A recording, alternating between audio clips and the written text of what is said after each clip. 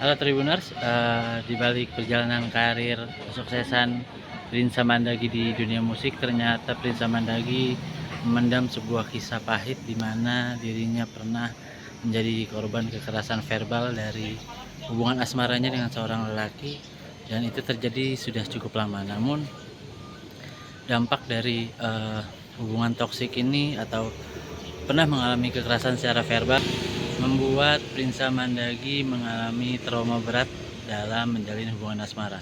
Berikut wawancara bersama Prinsa Mandagi mengenai kisah asmaranya yang sempat mengalami trauma karena mengalami kekerasan secara verbal. Itu keren banget.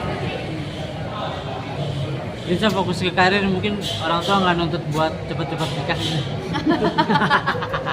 Aku yang menahan untuk sabar dulu lah, karena menurut aku masih banyak waktu yang ya bisa nanti lah menurut aku. Cuman tergantung gimana jalan Tuhan aja sih. Kalau memang dia harus menikah ya menikah, tapi kalau misalkan aku ngerasa ya udah nanti bisa ditunda dulu dengan aku berkarir lagi untuk coba balik lagi, ya kenapa enggak. Tapi kalau untuk sekarang fokusnya emang di karir.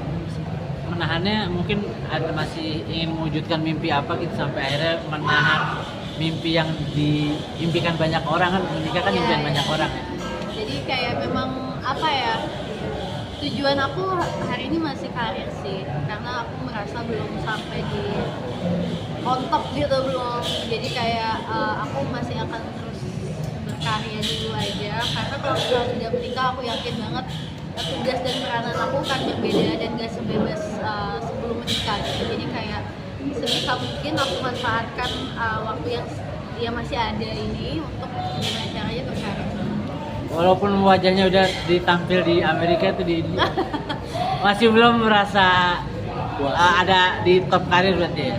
Belum lah, karena apa ya, aku tuh bukan tidak bersyukur, tapi tuh rasanya masih ada potensi lain yang bisa digali lagi, ada hal yang harus bisa dikembangkan lagi gitu. Jadi aku masih tetap pengen challenge dari apa yang harus aku lakukan. Tapi emang orang tua juga udah nanyain juga kapan.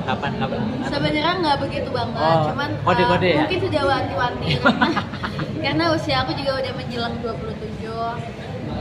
Mungkin terbilang masih muda, cuma kalau untuk orang tua kan stigma orang tua biasanya kayak harusnya kamu udah ini deh gitu. Aku sih mencoba kasih pengertian kalau aku lagi mengejar karir, dan mereka paham alhamdulillahnya sih, dan mendukung apapun yang aku lagi jalani. Tapi memang impiannya pengen punya calon suami yang seperti apa sih Kak? Yang pasti baik, bertanggung jawab, terus apa ya, nggak kasar lah ya. Oke. Jadi dia itu kayak ya butuhnya yang pengertian juga sih, karena kalau misalnya nggak pengertian dengan pekerjaan aku seperti ini, aku udah capek banget sih kayaknya. Tadi bilang nggak kasar gitu, mungkin apakah punya trauma di masa lalu gitu sampai akhirnya pengen seperti itu? Sebenarnya kasar itu bukan cuma hanya fisik ya, menurut aku secara verbal, secara mentality itu tuh bisa ada kekerasan. Aku pernah ada di fase itu, jadi kayak capek deh nanti deh kalau misalkan memang harus punya pasangan ya yang bisa mengerti apa kebutuhan kita juga dan saling melengkapi juga gitu. Jangan cuma maunya di ngertiin doang gitu. Oh, pernah punya pengalaman pacaran sama? Pernah, tapi udah lama. Dan mungkin keluarnya dari toxic relation itu gimana waktu itu? Ada putusin begitu aja atau ada momen yang menurut pas ya?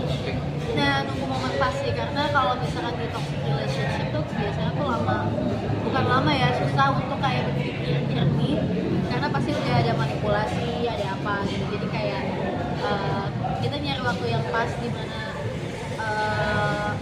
kita udah ngerasa kayaknya udah cukup deh, nggak bisa dipertahankan lagi. Ya itu mah standar aja sih sebenarnya kalau untuk mengakhiri mah. Jadi waktu itu selain trauma mungkin psikis kena juga nggak sih Kak, atau seperti apa? Psikis ya sedikit, cuman untungnya aku punya teman-teman yang bisa untuk bantuin aku untuk balik lagi gitu.